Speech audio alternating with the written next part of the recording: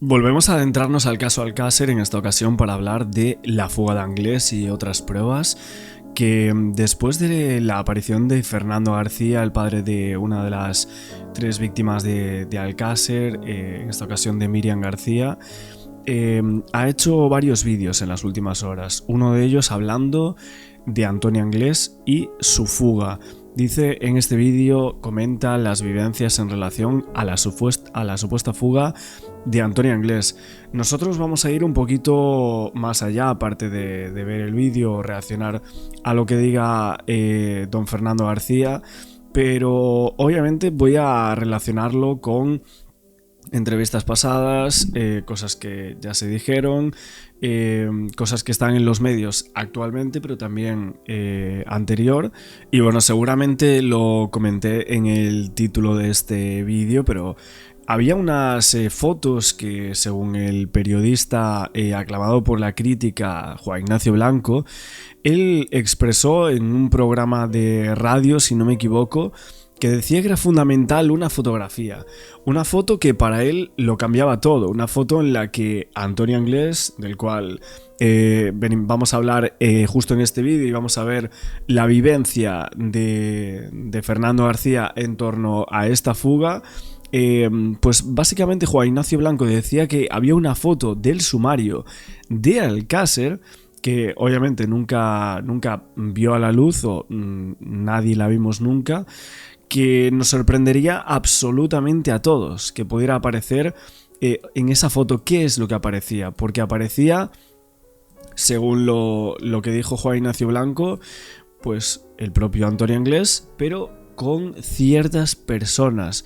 ¿Quiénes eran estas personas? Porque, bueno, recordar que en este punto esta declaración Juan Ignacio Blanco la hace en la COPE en el 1997 a Antonio Herrero, el periodista que luego es asesinado. Bueno, perdón, o sea, se decía que él había fallecido en un accidente en el 1998 mientras practicaba la pesca submarina. Él era una de las grandísimas figuras del periodismo en la COPE, en la radio española, fue un gran pionero y bueno, pues por supuesto hizo varias entrevistas muy polémicas, como pudieron ser esas a Juan Ignacio Blanco, ¿no? Que aún a día de hoy la recordamos. Y también es cierto que, si no me equivoco, él fue el primero en hablar del clan de la Moraleja. A mí siempre me llamó la atención que unos meses después de que Fernando García y Juan Ignacio Blanco dieran unas acusaciones en el programa de radio de este señor, de Antonio Herrero, en la cual añadían unos nombres que formaban parte de una red de sádicos que estaba implicada en la desaparición de casi 150 niñas y que habría podido sufrir esas niñas el mismo final que Miriam, Toñi y Desiree. Y básicamente también dijeron que había una foto de Antonio Anglés en la que aparecía junto a unas personas que eran componentes de esta trama, la cual literalmente se había hecho desaparecer del sumario. A día de hoy Fernando García también cree esto. Él vio esa foto que podría ser tan relevante para la investigación, porque obviamente que Antonio Anglés estuviese en una foto con unas personas importantes y demás que se mencionaron, pues resulta bastante llamativo, ¿no?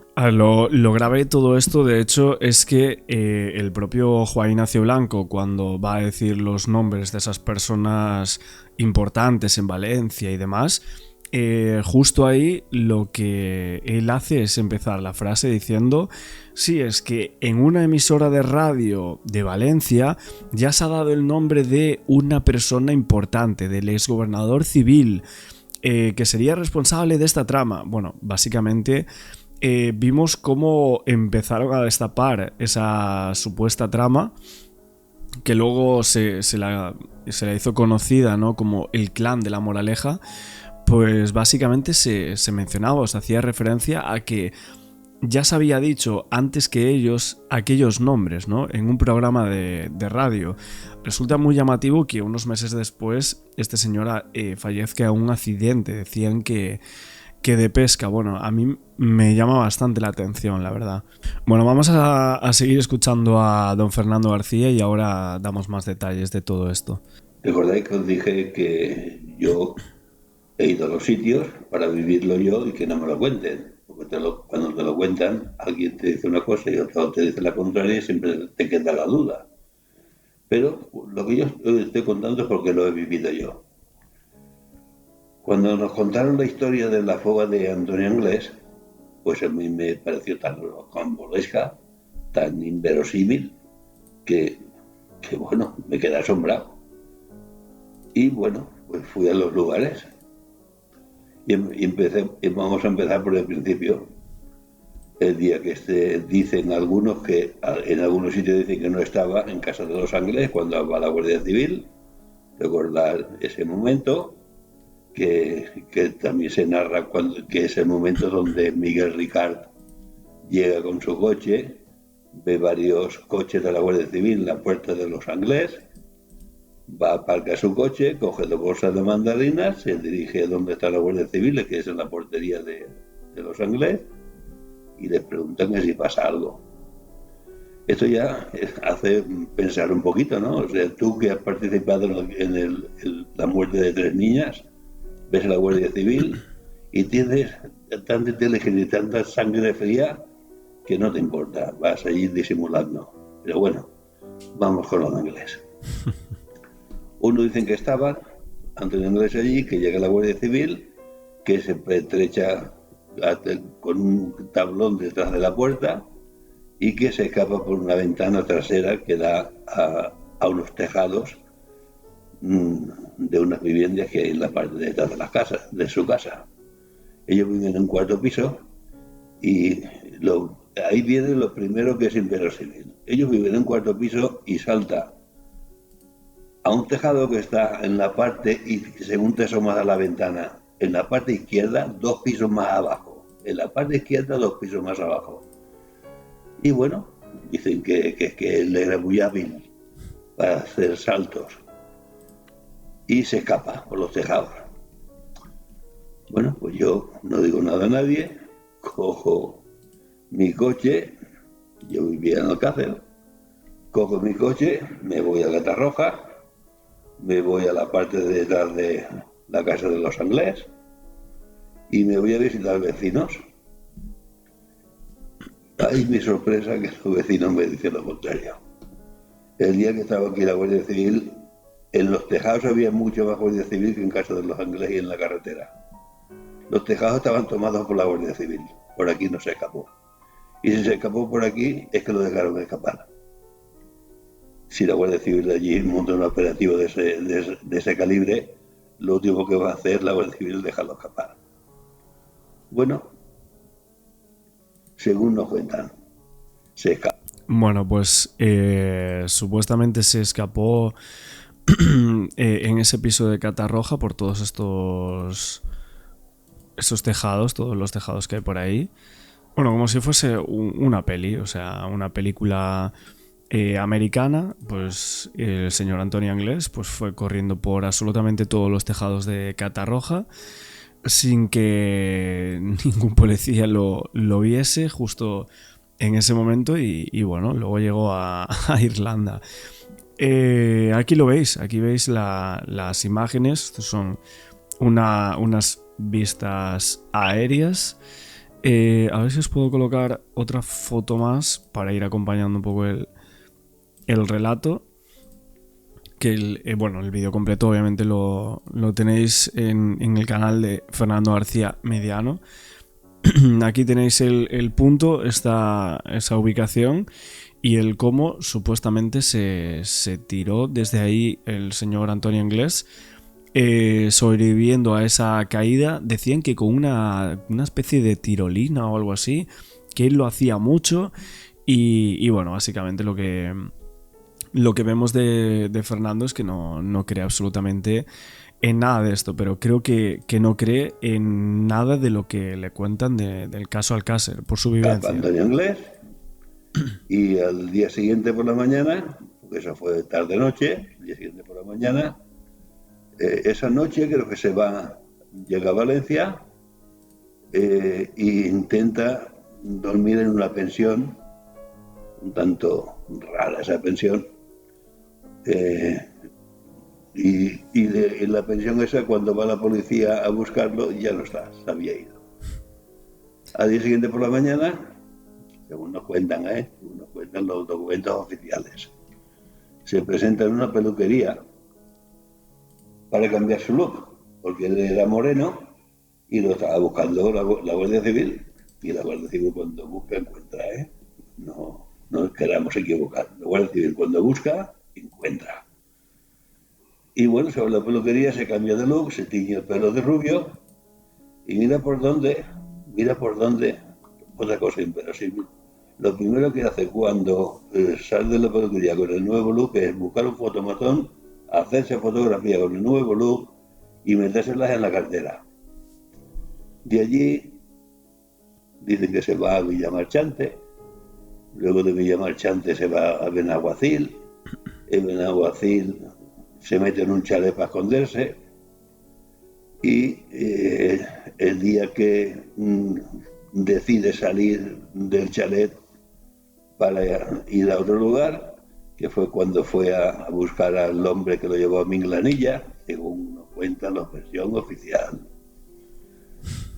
Mira por dónde se deja en el chalet, todavía estaba escondido, la cartera y la fotografía con el nuevo look, para que cuando llegue la Guardia Civil no tenga muchos mareos y sepa.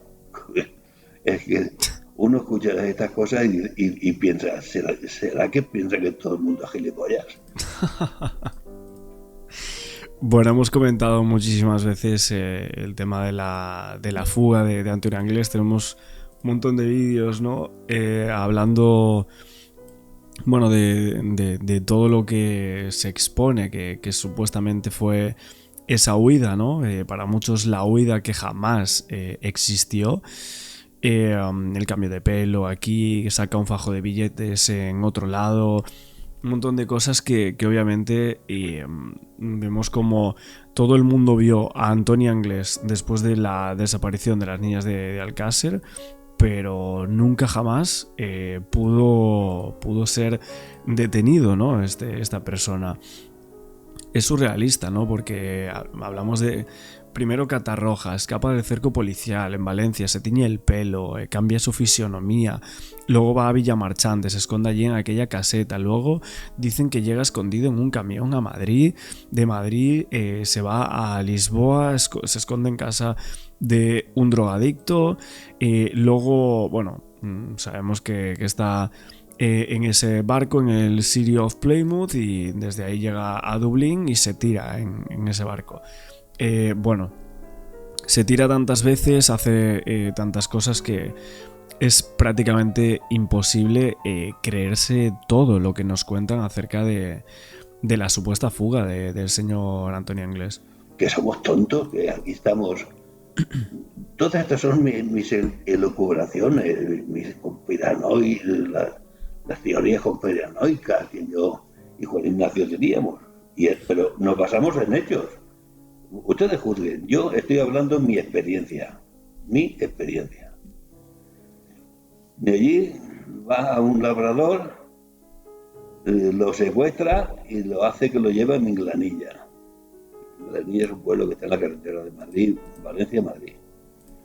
En Minglanilla despide al señor, un señor mayor, jubilado, y se va allí a las inmediaciones de un bar, el Bar Terry, y allí pues trata de subirse a un camión, bueno, una historia que montan allí. El camarero después dice que lo vio, pero que no.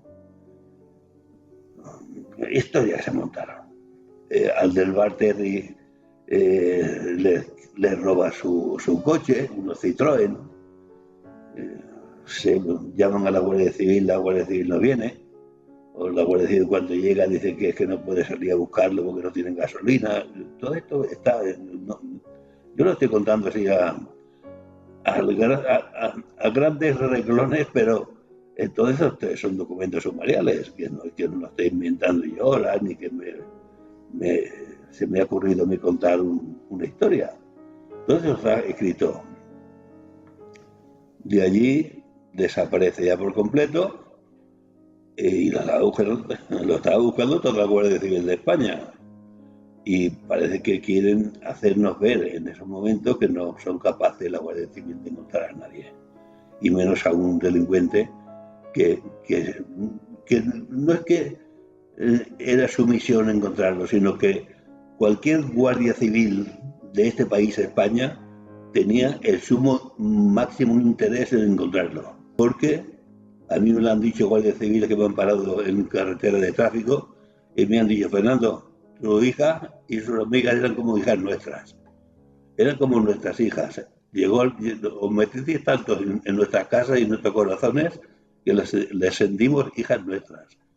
Pues imaginaros la Guardia Civil buscando un individuo. ¿Eh? Imaginároslo, yo me lo he imaginado. Sinceramente yo me lo he imaginado una y mil veces. Tenemos una Guardia Civil en este país que todo no es poco el que le demos. Lo que pasa es que hay veces que no lo dejan trabajar, eso sí, no los dejan trabajar.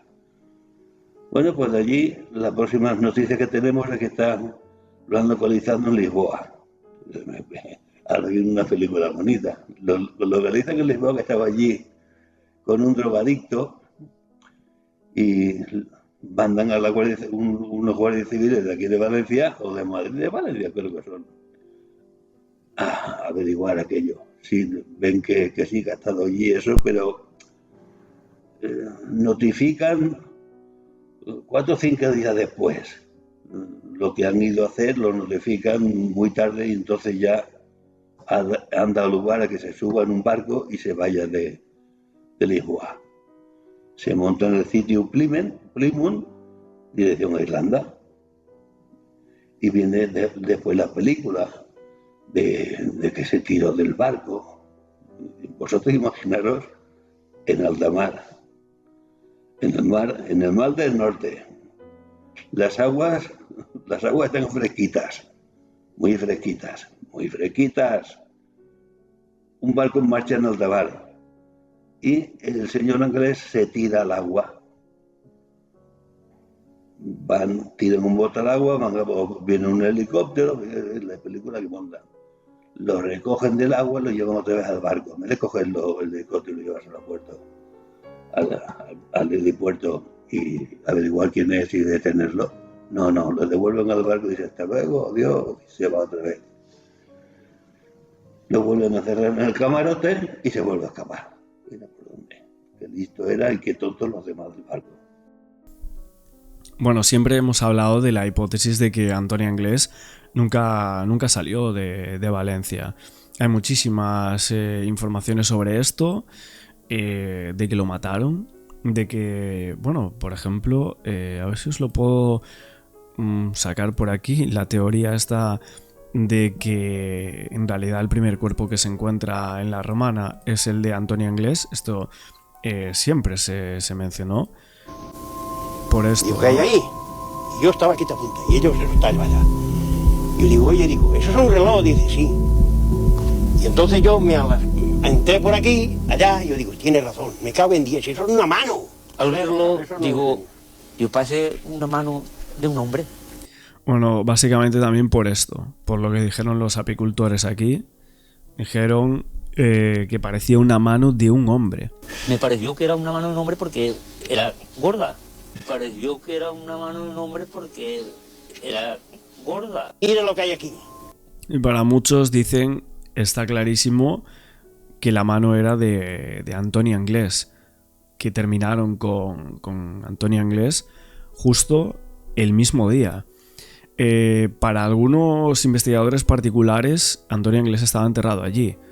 Esto es una de las teorías más grandes, ¿no? que hay del caso.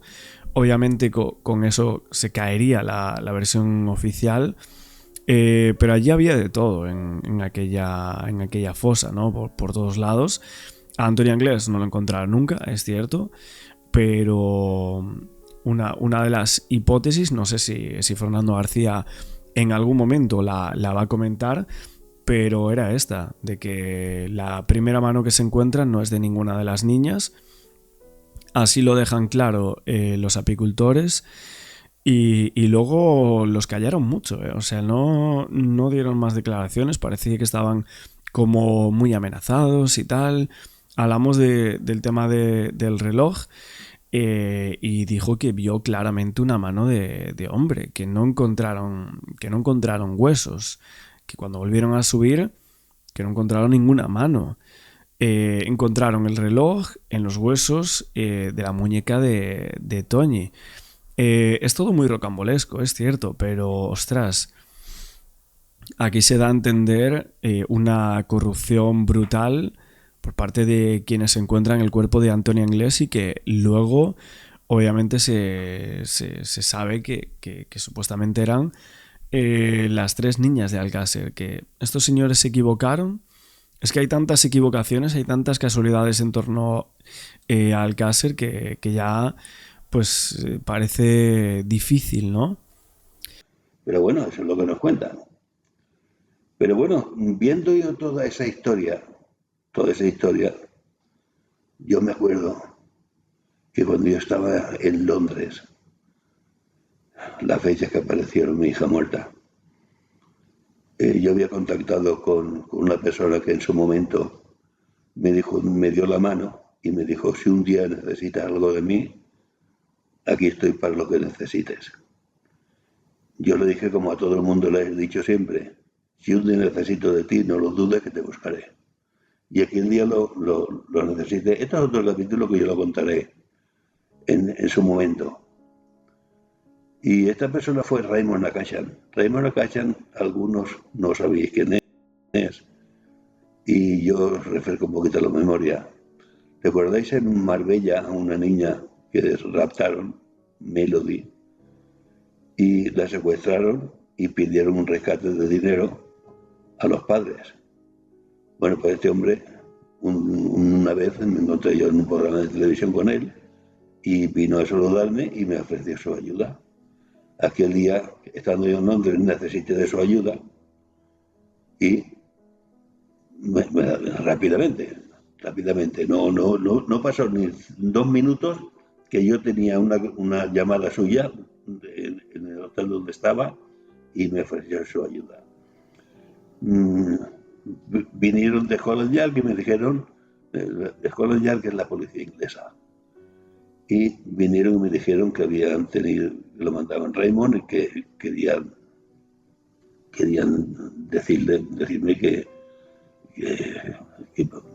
fuese que le diésemos los datos de las niñas y todo, pues para meterlos en los ordenadores suyos y mandar una búsqueda de ayuda para buscarlas. Y yo me acordé de aquello, en aquel momento de la fuga de Anglés, y dije a los abogados que en ese momento estaban allí conmigo, y Juan Ignacio también estaba. Oye, ¿por qué no podíamos hacer una cosa? Para salir de dudas.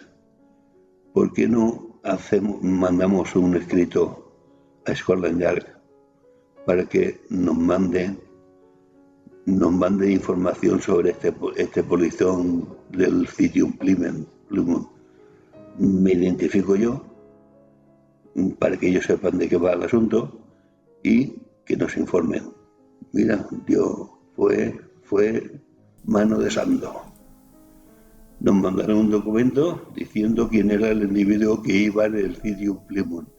Era un súbdito portugués, no recuerdo exactamente la edad, unos 20 y tantos, 30 años, que era un delincuente habitual y que ya la Interpol lo había detenido y se lo había llevado una vez llegado al puerto de Irlanda. Bueno, pues esta información de Fernando García, dinamita absolutamente todo lo que conocíamos sobre la fuga de Antonia Anglés. Los últimos programas que ha habido, absolutamente todo lo comentado, porque como dice él, es su vivencia, es lo que él preguntó, es lo que él vio.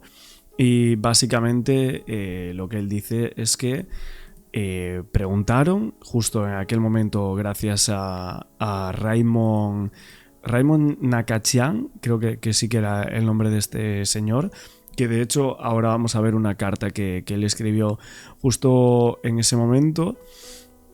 Pero lo que dice aquí Fernando García es clave, o sea, realmente no era Antonio Anglés el que iba en ese barco, era otra persona, era otro delincuente común, ¿no? Vamos de delincuente en delincuente y los usamos a cada uno de ellos para completar el puzzle de Alcácer. Me parece que se ha hecho esto, ¿no? Con el caso. En verdad siempre se mencionó de... ¿Y por qué iba a ser Antonio Anglés el que iba en ese barco? ¿Por qué iba a ser Antonio ese polizón? Porque supuestamente se decía que había una foto de ese polizón, pero jamás, nunca se vio la luz de ella. ¿Fernando la pudo haber visto alguna vez? ¿Pudo haber visto la foto de ese supuesto polizón que iba en ese barco? Me parece increíble esto. Si realmente quisieron armar una historia, o incluso si los propios periodistas que hicieron el documental de Historia de una fuga saben esta información, la tuvieron y nunca la quisieron contar, básicamente por seguir teniendo más contenido del que tirar y que, bueno, su documental fuese como ellos quisieran, pues sinceramente me parece una barbaridad. Me parece que no tiene ni pies ni cabeza. Bueno, pues siguen contando que el Anglés andaba en Cirio Plymouth y siguen viviendo de ello. Y esta es la historia del Antonio Anglés, de su fuga, de esa fuga. Yo he visto hasta incluso algunos que han contado las 1001 maravillas que Antonio Anglés era capaz de hacer. Si se ponía a nadar, pues igual salió, se tiró del barco y se fue nadando a Brasil, porque según cuentan algunos de los que han cobrado, nadador era Riete de Marespín. ¿Cómo? ¿De los que han cobrado? O sea, personas que salieron en ese documental, o como... Sí que recuerdo que había unas personas que decían que eran amigos de Antonio Anglés, que él hacía triatlón y todo. O sea, que era Michael Phelps. Bueno, el Michael Phelps de Catarroja, ¿no? O algo así creo que decía, una locura. Pues básicamente supongo que se refiere a eso, Fernando García. O bueno, es que hablando de Brasil ha habido tantos comentarios últimamente de que estaba en Brasil, de que había una foto allí, bueno, cada uno que saque sus propias conclusiones. Yo os he contado esta vez mi vivencia ¿sí? de la fuga de Antonio Anglés. Y nos veremos en otro vídeo. Bueno, obviamente esta es su historia de lo que él sabe de Antonio Anglés. La desmonta, o sea, desmonta la parte final de la fuga. A lo otro es que ni siquiera le da crédito, pero es que Fernando García, por lo que vemos, no le da crédito, pero ni a la primera parte, o sea, ni a lo de que se tiró de esa casa y fue por los tejados corriendo y demás. A ver, es que sinceramente, si la policía estaba allí y él se fue escapando por los tejados, es que en algún momento lo iban a pillar. O sea, es que es prácticamente imposible. Estaba en Minglanilla, justo llegan allí, hacía unos minutos que se había ido. Bueno, es que es prácticamente imposible llegar a creer en eso, ¿no?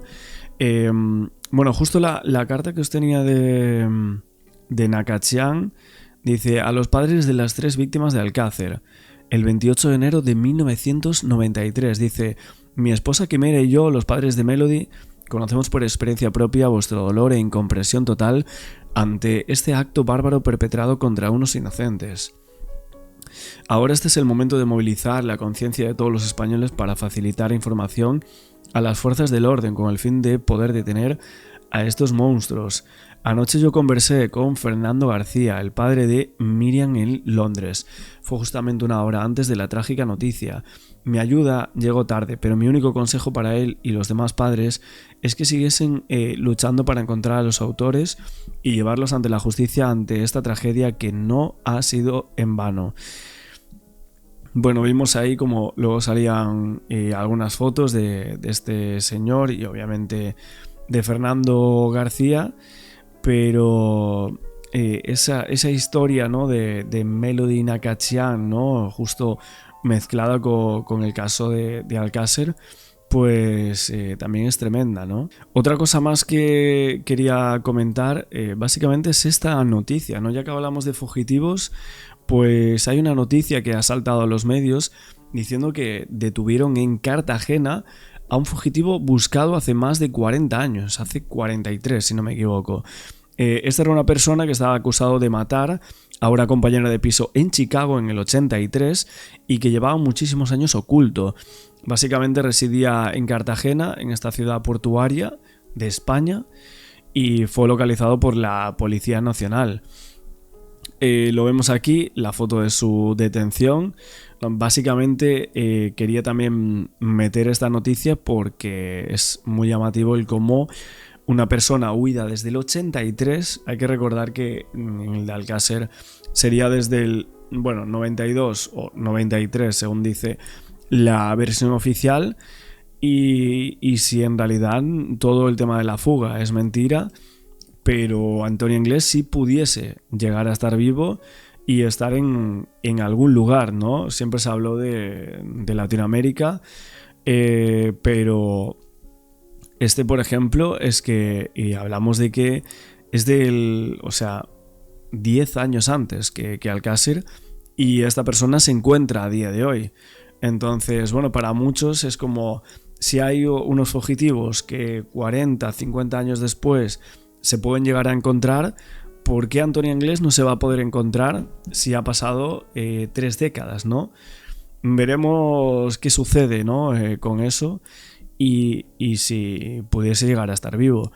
Yo lo que creo es que Fernando García cree que no, cree que el señor Antonio Inglés pues le dieron muerte. Sorpresas en el caso Alcácer. Juan Cano Cano, un hombre que acaba de salir de la cárcel por haber entregado cheques falsos por un valor de 800.000 pesetas, se autoinculpa en el enterramiento de las niñas e implica a otras personas con nombres y apellidos en el triple asesinato. Fernando García, ¿conocía usted a Juan Cano Cano? No, lo he conocido estos días en la televisión, he escuchado las noticias. Y bueno, yo conocí a esta otra persona que salió también, que se autodefine como investigador. Y bueno, pues esta persona ahora unos 15 días me llamó por teléfono. José González Palomares, ¿no? Eso, que se ha puesto la denuncia en nombre de este señor, ¿no? Exactamente. Pues me llamó por teléfono que tenía unas cosas interesantes que decirme. Y bueno, pues como yo escuché a todo el mundo, pues me cité con él, me cité a las 10 de la mañana, apareció muy tarde, yo ese día tenía que viajar a Madrid, entonces cuando llegó pues prácticamente tuve que estar con él 10-15 minutos. Entonces me estuvo contando una serie de cosas que me sorprendieron mucho, y yo le dije que lo lógico era que fuera un juzgado y que lo denunciara, que no era yo la persona quizás primera que tenía que recibir esa información. Yo ya era sabidor de ella, entonces me dijo que necesitaba pues un dinero para sacar a un amigo que es Juan Cano, que estaba en la cárcel, y bueno, pues yo le dije que yo no podía dar dinero a todas las personas que venían a contarme historias. Pues me enseñó una carta que es la que se ha mostrado, y bueno, pues bien, todas aquellas cosas que me contaba me parecían graves, pero sin ningún tipo de fiabilidad. Él no aportaba ninguna prueba, ningún solamente dato. Pues una carta contando una serie de cosas que se podía haber extraído muy bien de todos aquellos datos y aquellas conversaciones que hemos tenido nosotros juntos en programas de televisión. Entonces nosotros nos pusimos en contacto con este caballero, con José González Palomares, que es el que puso la denuncia en nombre de Juan Cano Cano. También nos pidió dinero por intervenir en el programa, nos pidió un coche para salir de España o ponerlo en la frontera. Y obviamente parece ser que lo que busca fundamentalmente es dinero. Cuando le pedíamos datos o pruebas, obviamente no tenía ninguna, o decía que la tenían pues en Canal No, que la tenían ustedes, que trabajaba estrechamente con ustedes desde hace 8 meses. Bueno, esta es una de las fórmulas que tienen a lo mejor para tratar de sacar dinero a alguien y equivocar y confundir. Yo puedo decir que jamás he visto a esta persona, que nunca ha colaborado conmigo, porque yo elijo muy bien a la gente que me rodea, a la gente que colabora conmigo. Y bueno, pues esta persona yo la conocí, como he dicho, hace un par de semanas y estuve con ella cuestión de 10-15 minutos. Y nunca jamás ha colaborado conmigo, ni ha tenido nada que ver conmigo, y jamás nunca me ha dejado ningún documento ni nada que pueda acreditar yo que tengo alguna pista que él me haya podido dar.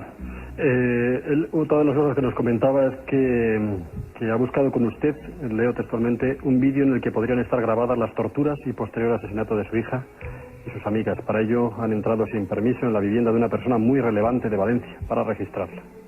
¿Ha entrado yo o él? Decía que con usted, lo comentó un colaborador del programa. No, si digo que nunca ha estado conmigo, no puede haber entrado conmigo en ningún sitio. Además, si yo entro a algún sitio alguna vez, no se enterará nadie.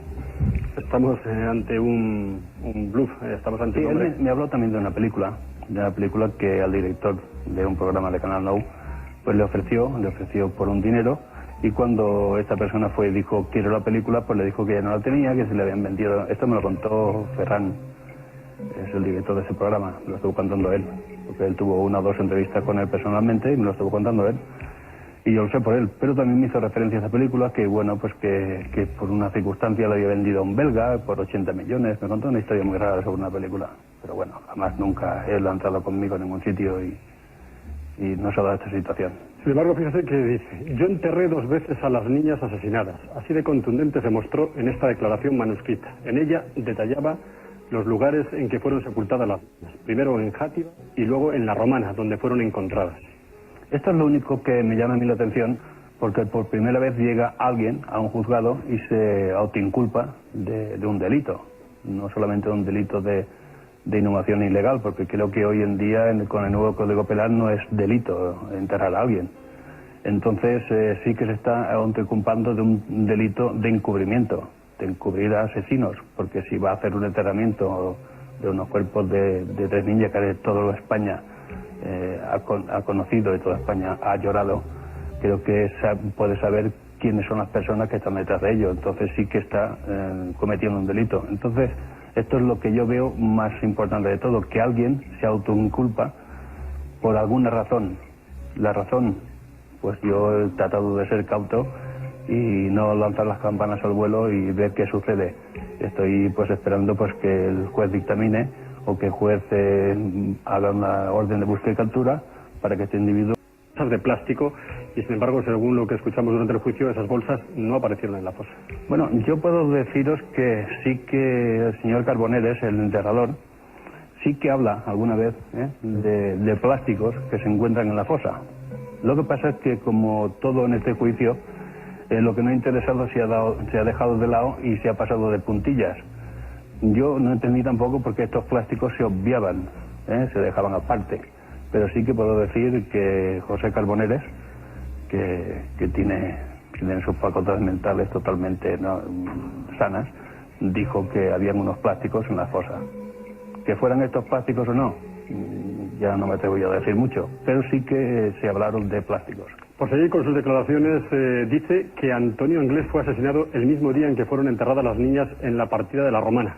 Sin embargo, en el juicio fueron muchos quienes afirmaron haber visto con vida a Antonio Anglés después de que aparecieran los cadáveres, entre ellos de su hija. Yo, junto con Juan Ignacio, y aquí está para corroborarlo, hemos seguido en toda aquella ruta donde supuestamente pasó Anglés. Y hemos estado hablando físicamente con las personas que dicen que vieron a Anglés, y realmente nadie vio a Anglés. Nadie ha visto a Anglés durante aquel tiempo y en aquella ruta. Pero la noche que detuvieron a Ricard y llevaron a parte de la familia de Antonio Anglés, todos, Juan Ignacio, buenas noches. Buenas noches. Todos se aseguran que estaba allí. Bueno, concretamente lo aseguraban su madre y su hermana. Su madre, que estaba por la mañana en la casa, que por la tarde se había ido, y su hermana, que saltó por la ventana. Lo que ocurre es que, desgraciadamente, todos sabemos que los testimonios de la familia Anglés no son excesivamente fiables. Evidentemente es una hipótesis, quizás la más probable, que Antonio Anglés esté muerto y enterrado, y probablemente por esas fechas, lo cual no quiere decir que los datos que haya aportado esta persona tengan cierta fiabilidad. Pero ustedes, toda la gente que han hablado de este tema, sí, ¿ninguno ha visto con vida realmente a Antonio Anglés después de aquellos hechos? No, ninguno. Eso yo puedo dar fe. Y además hemos visto absolutamente a todas las personas... Pero ni el Mincanilla, ni la gente que dice que lo había recogido en autostop, el peluquero que dice que lo había peinado, nadie. Nadie reconoce que de verdad pueda él decir, y yo pueda jurar con la mano en la Biblia, que esa persona era Antonio Anglés. Todo el mundo cree que pudiera ser, que pudiese, que a lo mejor era. Hay que tener en cuenta que estamos hablando de una persona que iba vestida con un mono, con una gorra que le tapaba prácticamente toda la cara y que prácticamente ninguno tuvo tiempo, salvo el de la peluquería, de poder ver a Antonio Anglés. Y quizás el testimonio de la peluquería es el menos fiable. De hecho, la Guardia Civil ni incluye las diligencias en el propio sumario porque no le dan validez a este testimonio. Con la sinceridad, nadie puede decir realmente que haya visto a Antonio Anglés. Ahora hay otro detalle que quizás nos estuviéramos saltando, que a mí fue el que más me llamó la atención cuando esta persona, que se supone que es socio del enterrador, fue a ver a Fernando García. Otra de las cosas que le comentó es que le habían ofrecido 10 millones de pesetas por matar a Fernando García. Eso fue lo que te dijo. Sí, cuando yo le pregunté por qué no lo hizo, me dijo, bueno, es que verá, cuando fuimos a hacer el trabajo, usted estaba recogiendo firmas, pues en el año 93, en la Plaza del Pilar en Zaragoza. Y usted se pasó, estábamos esperando que tuviese pues ese hueco de ir a dormir, o ir a comer, o ir a cenar. Y usted se pasó 2 días y 2 noches en la mesa sin moverse. Y eso fue cierto. Cuando yo estuve en la Plaza del Pilar, cuando yo recogía firmas, yo tenía algo fundamental para mí, que mientras hubiese una persona detrás de la mesa, yo permanecía en la mesa. Y en la fiesta del Pilar, todos los aragoneses conocen que hay 2 días donde se hace el rosario de la aurora y el rosario de cristal. Y durante ese tiempo, día y noche, permanece la Plaza del Pilar llena, aparatada de gente. Y entonces yo pasé todo ese tiempo sin moverme de la mesa ni para ir a comer. Y eso es lo que me dijo. Dijo, y claro, como usted no se movía de allí, pensamos que no se movía de allí nunca.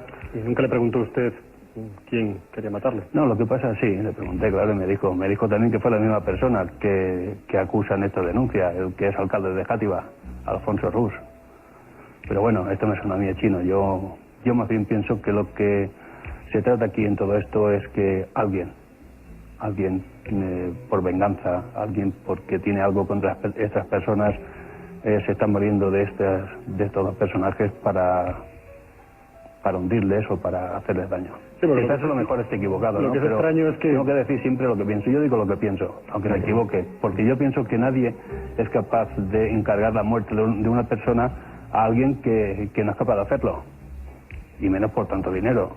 Sabemos que los killers, que son los asesinos a sueldo, son muy profesionales y cuando se les encarga un trabajo lo ejecutan, valga lo que valga, esté donde esté y sea como sea. Y que lo único que no hacen es después llegar al cabo de 4 años y contarle a aquel que iba a ser la presunta víctima lo que le habían encargado. Entonces esto me suena un poco todo chino. Además hay otro detalle que quizás fue el que hizo... Bueno, tan dudoso era el testimonio de esta persona que don Fernando García estuvo menos de 15 minutos hablando con él, y cuando me comentó al respecto de la conversación, yo le dije, bueno, ¿tiene algún interés para que yo vaya a hablar con él o vaya más gente del equipo a mantener una entrevista? Dijo, ninguna. Dice, porque entre otras cosas, luego nos dijo que era gente del CSIC también y que el CSIC le había dado una placa, algo que bueno, todo el mundo sabe que precisamente el CSIC no da placas. Empezó ya a desvariar y a ir aumentando, increciendo la historia que quería contar, única y exclusivamente con la finalidad de sacar dinero. Como vio que don Fernando García no lo pudo sacar, fue a la televisión autonómica, ha ido a otros programas de televisión y aquí evidentemente pues en tu programa también lo ha intentado. Lo que pasa es que está perjudicando notablemente a algunas personas que no debe decir ni sus nombres ni quiénes son, que vamos, está... Hombre, y el dolor con alguno de ellos de las familias. Y están ellos realmente indignados, porque si yo es que ni los conozco, ni sé quiénes son, ni sé que viene esto, y sin pruebas, sin datos, ¿cómo se puede ir? Yo, Ángel, también ahora viniendo en el avión veníamos hablándolo, ¿no? Y me ha preguntado Juan Ignacio, ¿se ha puesto en contacto contigo este hombre, Rus o alguno de ellos? Y no, la verdad no lo ha hecho. Y yo digo una cosa, a mí alguien me acusa de una cosa tan grave y lo primero que hago yo es personarme delante de la persona que se supone que es la víctima y decirle, yo te voy a dar una explicación porque yo me considero que soy una persona honesta y no tengo nada que ocultar y quiero por lo menos darle a usted una satisfacción. No lo ha hecho, quizás a lo mejor lo haga. Sí, lo que pasa es que si no tiene nada que ver, nosotros hablamos con alguno de ellos y decíamos, bueno, yo no sé a qué se refiere, ¿qué voy a decir yo? Lo primero que he dicho ha sido que yo pienso que esto no tiene nada que ver con estas personas, pero lo que estoy diciendo ahora también es que menos que me hubiera llamado, me hubiese, no sé, algo. Es que lo que plantea este hombre, como no tiene... O a lo mejor se han hundido, ¿no? Se han hundido porque esto es grave. En cualquier caso, yo creo que como no tiene ni pies ni cabeza lo que plantea a priori este hombre, tampoco debemos darle mucho más... Sí, esto darle más tiempo, de concederle más tiempo, salvo que hubiera algún dato. Ustedes, de todo lo que habla él, ¿hay algún dato que vean que podría ser interesante o que podría ser desde el punto de vista del análisis, de la investigación que ustedes tienen en marcha? El único dato fiable, lógicamente, él plantea la tesis del doble enterramiento de las niñas, una tesis que tanto los peritos como los investigadores de don Fernando García desde luego han intentado demostrar en la vista oral, y ahora mismo, y ese es un detalle que quería comentarte, están desde luego trabajando en la comunidad científica internacional, porque se ha remitido a todas las universidades europeas lo que son toda la documentación obrante en el sumario a este respecto, grabada en CD-ROM con las fotografías, y ya hay más de una facultad de medicina de universidades europeas que se ha pronunciado al respecto, porque evidentemente parece absolutamente claro con los datos que hay que ese doble enterramiento se produjo. Lo cual no quiere decir desde luego que los comentarios de esta persona tengan ningún motivo, ninguna razón y desde luego ninguna validez. Y decir otra cosa más, el sumario, y sobre todo en estos últimos meses, está plagado de personas que si no se autoinculpan, si dicen que ha sido fulanito, que tienen pruebas de que ha podido ser menganito, de que ha podido ser el otro, desde luego influenciadas, bueno, pues por toda esta información recibida, por afán de protagonismo, pero en la mayor parte de los casos, como en este, única y exclusivamente por intentar sacar dinero a costa del honor de unas personas y del dolor de otras familias. Hay un caso concreto en un juzgado en el sur de España que creo que es sí, además revelador, ¿no? Es uno de los grandes casos que se han movido, y ha tenido además a 2 meses a todo un grupo de delincuencia organizada de la Dirección General de la Policía trabajando en este tema, porque los datos que facilitaba esta persona eran totalmente fiables. Era una persona que conocía muy a fondo toda la información de este sumario, y finalmente, cuando ya le habían preparado todos los equipos, incluso de grabación por control remoto, para poder averiguar si realmente estos datos eran ciertos, se vino abajo y confesó que todo era un invento, pero un invento que había tenido durante más de 2 meses en jaque a más de 8 policías. Esto es un caso que desgraciadamente se está dando con mucha frecuencia, pero afortunadamente no llegan a los medios de comunicación, y los medios de comunicación no le dan tanto bombo como en este caso, donde desgraciadamente, bueno, pues todo parece ser que es una simple broma de muy mal gusto. Bueno, pues fuentes policiales que nosotros hemos consultado dicen que son unos golfos, que quieren sacar dinero y que no merecen crédito. Hasta ahora, por lo menos, es lo que nos cuenta. Sí, como estaba diciendo Juan Ignacio, en otro caso que ya ahora en el sumario, quizás a lo mejor haya datos también relevantes de personas relevantes que no se ha dicho que se está ahí, porque debemos de ser prudentes y estar siempre pues a la expectativa de todo lo que sucede y seguir trabajando en ello, pero sin lanzar las campanas al vuelo, porque desgraciadamente ocurre esto, que hay personas que con afán de protagonismo o por cualquier otro motivo pues tratan de salir a la palestra, como en este caso ha ocurrido, y sin embargo pues nosotros somos los que tenemos que hacer las cosas bien hechas. Y porque ha habido ya sobradas razones con un montón de denuncias que están desfilando por aquí y por allá en caso de cuando pasan estas cosas. Últimamente, por cierto, hablando de denuncias, creo que el magistrado del tribunal que juzgó el caso se ha querellado también contra usted. Sí, eso ha sido también otra de las noticias que has leído esta semana.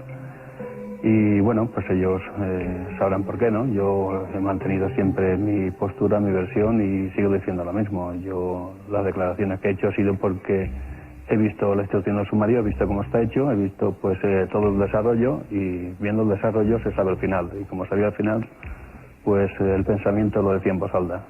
Pues lo que está claro es que mientras que Antonio Anglés no aparezca, este caso, como mínimo, mientras no aparezca su cadáver, su persona, este caso seguirá vivo y bueno, y aparte que incluso pues queda en el aire que ha habido más gente que intervino en ese crimen según los propios tribunales.